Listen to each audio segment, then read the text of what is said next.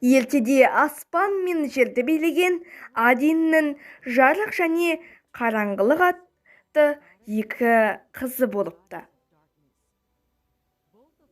Екеуі де керемет сұлу болғанымен өмірлері мүлде басқа. Жарық пайда болған кезде адамдар оны гүлдермен, сумен және басқа да асыл заттармен қарсы алды. Екінші жағынан қараңғылық пайда болған кезде тыныш түннен басқа ештеңе болмады. Әйтсе де қараңғылық бұған ешқашан мұңайып, әпкесін қызғанбаған. Ол үнемі ай сәулесімен ойнап, шырылдап, ән шырқап, адамдардың ұйқысын мұқият қадағалап қорғайтын.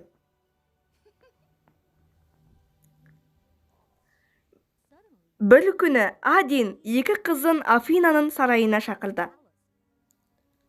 Жарық пен қараңғылық, менің сендермен бөлісетін маңызды жаңалықтарым бар. Бір адам бізге опасыздық жасады. Ол көптеген адамдарды өзінің соңынан ертіп, адамзат жеріне апарып, онда үстемдік ету жоспарымен зиян келтірді. Мен оны тауып жоямын. Ол күшті жау. Оны жойылатын жалғыз нәрсе елгежелілер мың жыл ұмытып, адамзат жерінде кезіп жүрген жез қылыш. Мен ол қылышты табамын. Жарық, қараңғылық, бұл қылыштың теңдесі жоқ күші бар. Бірақ оны жарқыратып, оны тек дұрыс адам ғана көтере алады. Ал сен екеуің оның қожайыны болып таңдалғансыңдар.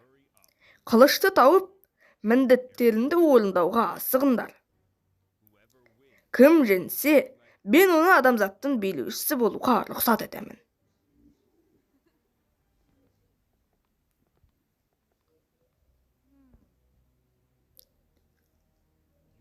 Сен жүз семсермен таңдалған және адамзаттың ең жоғарғы билеушісі болуың керек.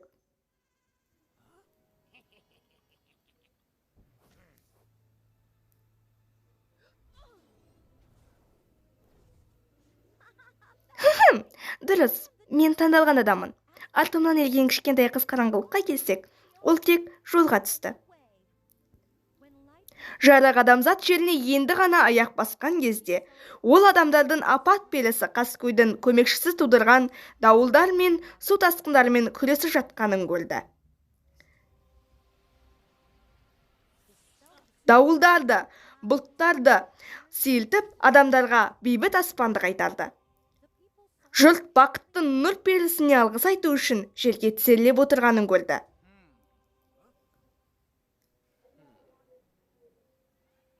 Оны естіген соң сіздің досыңыз ашуланды.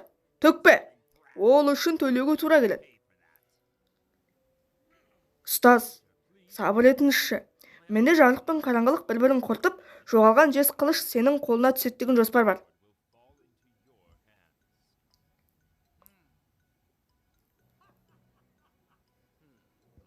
Жұмысың жақсы. Табысты болсан саған үлкен сыйлық беремін.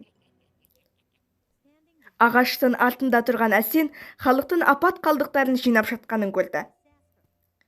Күн мен түннің ауысатын сәті де келді. Қараңғылық пайда болды және көмектесуді ұсынды. Жарық мұны көрді және бірден айдың барлық нұрын сору үшін қолын созды. Қараңғылық өткен жерді қараңғылықты жауып тастады. Бұл адамдардың ештеңе көре алмауына келді. Сондықтан олар тоқтауға мәжбүр болды.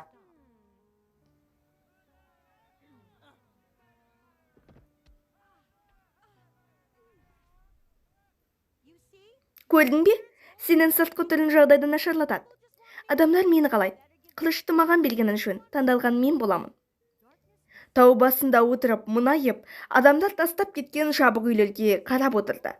Осы кезде алыс таудан нұрлы бір нұр түнгі аспанға түсіп, қараңғылықтың оянуына себеп болды. Бұл жез қылыш болды. Жарық аспаннан әпкесінің қылышты тапқалы жатқанын көріп, артынан қуып, Тера тауына жеткенде, жарық күшін тез арада күнді көтеруге жұмсап, таңның әдеттегіден ерте атуына себеп болды. Әлі менің уақытым бар. Неге ертерек көріндің? Сенің жарығын жез семсерін жоғалтты. Мен адамдарға көбірек ұнайтындықтан мен ертерек келемін. Мен қылышты өзім табамын, уайымдама. Қараңғылық ашуланып кетіп қалды. Жарық тауды айналып жүрді, бірақ қылышты таппады. Жарық пайда болғаннан бері қылыштың нұры да сөнді. Неге қылыштың ізін тек қараңғылық көре алды? Бұл әділетсіздік. Сәлеметсіз бе? Менің қожайыным. Мен Әсенмін. Жеңімпаздың қызметшісі. Мен өзімді таныстыру үшін келдім. Жез семсерін алатын адам сенсің. Сен кімсің? Сіз мұны қайдан білесіз? Мен қылыш иесінің қызметшісімін. Мен болашақтан саған хабар беруге келдім. Қараңызшы, сіздің күшіңіз қаншалықты зор, бірақ қараңғылық кедергі. Иә, ол қараңғылықты не істеймін? Ештеңе істеудің қажеті жоқ. Қараңғылық қылышты іздесін. Қараңғылық қылышты тапқанда сен пайда болып, қараңғылықты жарық торына құптайсың. Осылайша сізде бәрі болады.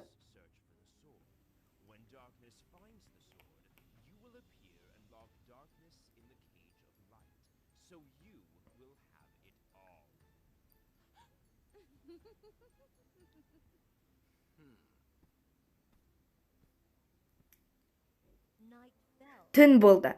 Семсердің нұры пайда болды. Қараңғылық қиындыққа қарсы болмады. Жарықты қуып, Тераның тасты шынына жетті.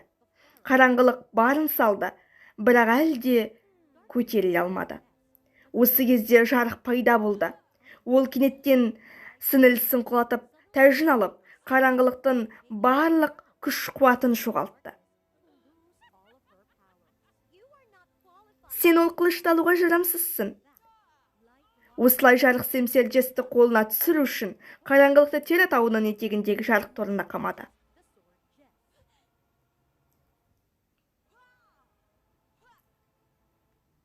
Иә, бұл неге? Өйткені сен лайық емессің. Қаскөй мен Әсен өз қақпанына түсіп қалған жарыққа мысқылдай күліп, ойламаған жерден пайда болды.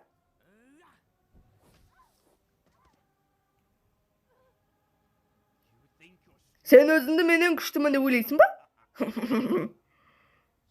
Мырза, сіз ең күшті адамсыз. Жарық Әсенге таңдана қарады. Оның барлаушы екені белгілі болды. Мына қарақсатқыр қылыш.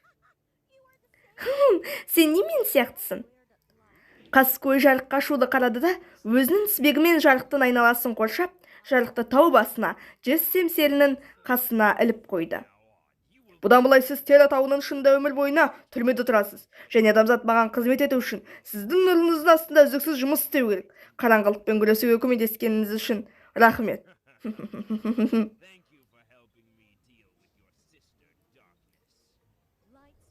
Қаскөй мен Әсеннің арқанынан босап шығуға тырысып жатқанда, олардың ұшып бара жатқанын көріп, жарықтың жүзі қарайып кетті. Бірақ оның қолынан келмеді. Содан бері адамдар тек жарықта өмір сүріп, тынымсыз еңбек етті. Тұрақты жарық өсімдіктердің өлуіне де себеп болды. Жағдай өте аянышты болды. Таудың басына нұры байланып, халықтың өміріне үлкен өкінішпен қарап тұрды. Жарықтың үстінен шағымдар мен айыптаулардың дауысы барған сайын күшке түсті. Жарық пен қараңғылық оның қолына түссе де, қаскөй жез семсеріне алаңдай берді. Оракулдың айтуы бойынша, сол екі пері бірге жұмыс істемесе, бұл қылышты көтеру мүмкін емес. Ал қазір екеуін де біз басқарамыз.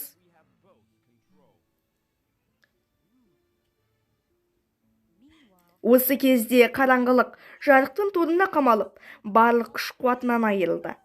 Жарықтың қаскөйдің тізбегіне байланып, қиналып жатқанын көріп, адамдар өз өмірін қатерге тігіп, қашып құтылу үшін торды бүгу керек еді. Ол сол үшін айқайлады. Ауыр сынумен жану. Қараңғылықтың тәжін жарық алғандықтан, қараңғылық енді қарапайым адам болды. Ал қараңғылық өзінің әпкесін құтқару үшін, Тераның қауіпті жартас шыңына шығу үшін жалаң қолын пайдаланды.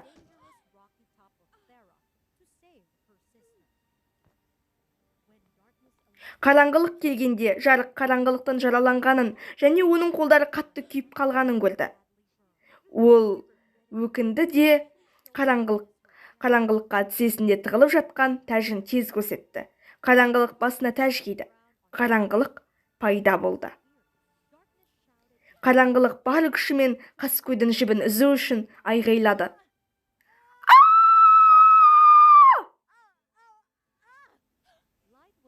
Жарық екеуі бірігіп қараңғылыққа алғыс айтып қуана жүгірді. Қаскөй қараңғылықтың айқайын естіп тез арада пайда болды. Ол екі апалы сіңілінің бос екенін көргенде қатты уайымдады. Қаскөй қараңғылықты сиқырлауға тырысты. Жарық апасын құшақтап екеуі жерге құлады. Екеуі бір-біріне көз қысып семсер жеске қарады.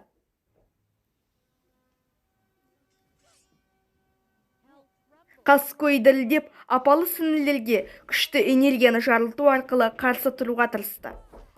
Дәл осылай апалы сіңілдер сенімді түрде Қаскөйге қарай ұмтылды.